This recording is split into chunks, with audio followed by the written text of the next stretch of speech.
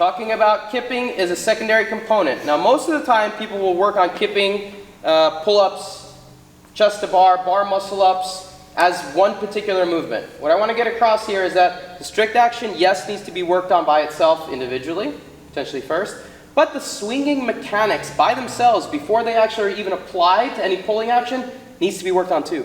Yes. All right? Like worms. A lot of yeses today. I love it. I love it. The swinging actions are important. We need to perfect and understand how a good swing, how a good kip can be applied to the pole so we can actually effectively put it into place efficiently. If you're only thinking about the kip swing as it applies to a kipping pull-up or just a bar muscle up, you're missing out on how the swing works by itself. And the reason why I bring that up is because, what did we talk about from before? Right now, the angle that we're working within is really small. You know, it's a pretty small range in terms of the amount of swing you can generate.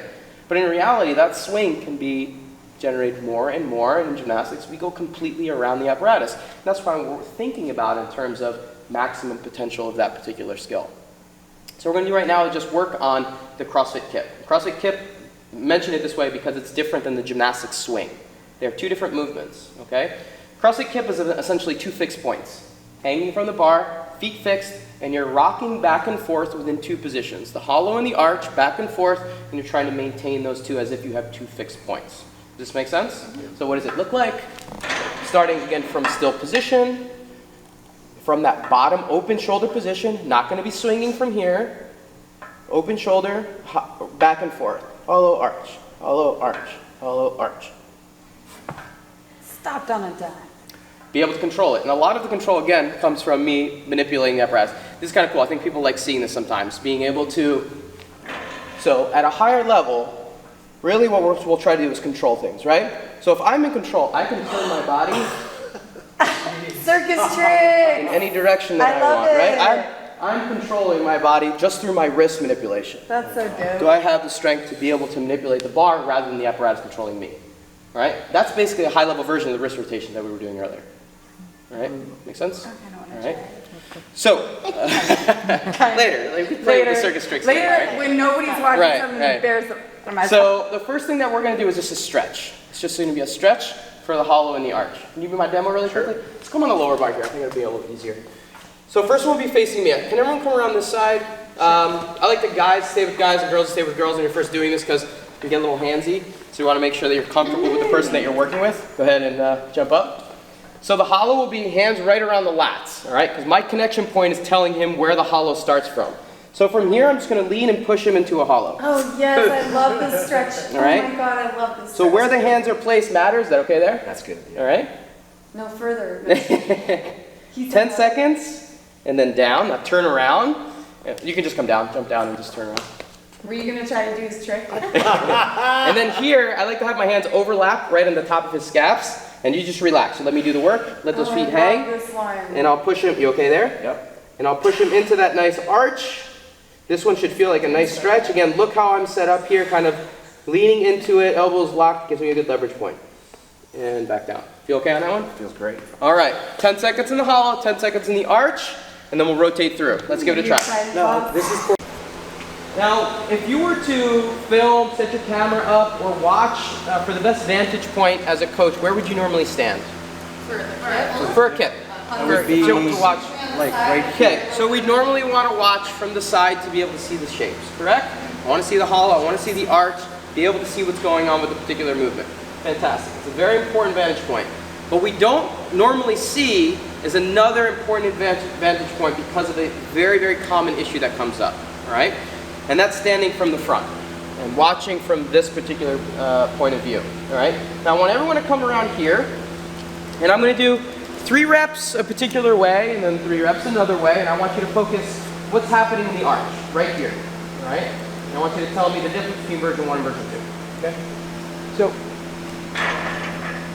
now if I'm swinging, here's version 1, 1, 2, 3 versus 1, 2, 3. What's happening in the second one? Right in the elbow. You cannot see that elbow bend when you're here. Okay? Really? No. It's very difficult unless you have a very keen coach's eye. You can see it very clearly when you're watching from the front, and this is one of the biggest issues that I see with people's kips. The bending of the elbow is essentially telling me that you're working outside of a range where you can maintain good position. As soon as the elbow, you're hitting a wall, your momentum is taking you so far that you have to compromise position. All right? So as soon as you hit a wall and you've gone beyond what you can maintain from a nice uniform arch, you're putting your body in a position where you're starting to put additional stress on that elbow, shoulder, and the lower back. Yeah. And this is super common. This is really, really common. All right? So we should only ever work within a range where we can keep the positions uniform. Which means, coming back to your question from earlier, we probably need to keep things more compact.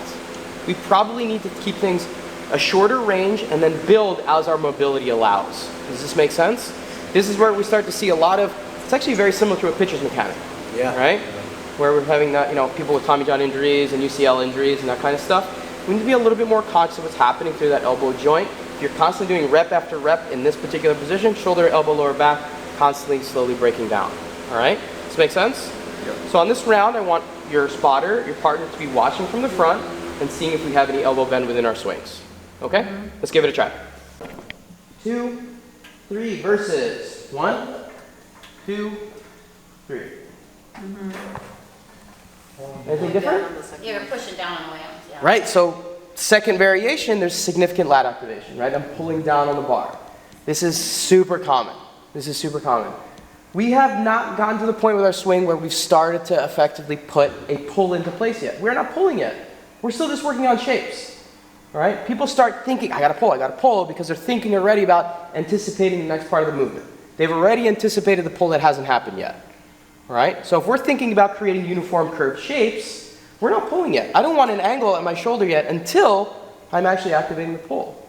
For just the swing, curved shape, straight lines. Angle's no good. Okay? I want to show that one more time. Okay? Let's see it one more time so you understand the difference. Just the swing. Remember, we haven't got the pull in place yet. Versus 1, 2, 3. All right? So essentially, you're going to do less. You're going to do less work. You're going to think just sinking down, almost like someone's punching you in the chest and just pushing away from the bar as opposed to pulling down. It's going to be more subtle. In fact, I would want you, the easiest cue is just do less. I know it might seem hard to actually implement. That's our motto here at this gym. I love it. have it written. I have custom shoes this Really? Yeah. All right. Good move. Everyone understand what we're trying to do? Version 1 out of those, okay? More curve through the upper back rather than creating an angle. Okay? Let's give it a try. Last round of swings.